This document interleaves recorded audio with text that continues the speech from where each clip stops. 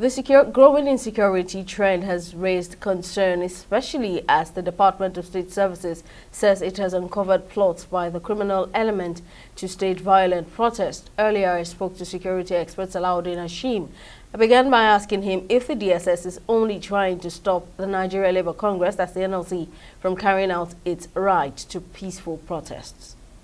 You cannot undermine security reports. Intelligence has a variety that you must actually have to apply. You have the action intelligence, you have various categorization of intelligence. So if the DSS had come out to say that there are political elites who have actually started mobilizing for this purpose, then of course it becomes very important to pay some attention to it, and we don't politicize that particular information, and that for me is very fundamental. Because the idea is very clear. We run an economy, we run a country where most politicians are not Democrats. And because they are not Democrats, they go all the way to be able to use every means necessary. And remember, all means necessary to be able to drive home their points.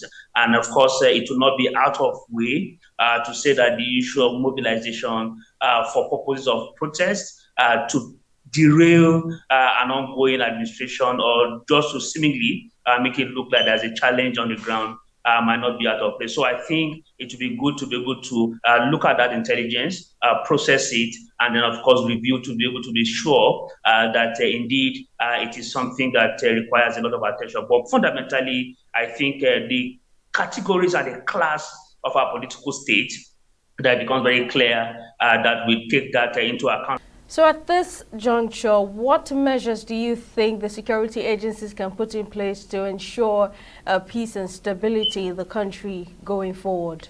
Yeah, which is the reason why the entire value chain to this, even though we don't attempt to see that civic space are being clamped, that it becomes very important that security agencies use right-based approach to containing and preventing this particular process. That is one. Two is to provide some level of riot acts, and then of course, what does the rules of engagement says in circumstances like this. We must be able to come out very clearly, outline what the ROE specifies in situations like this, and deploy them.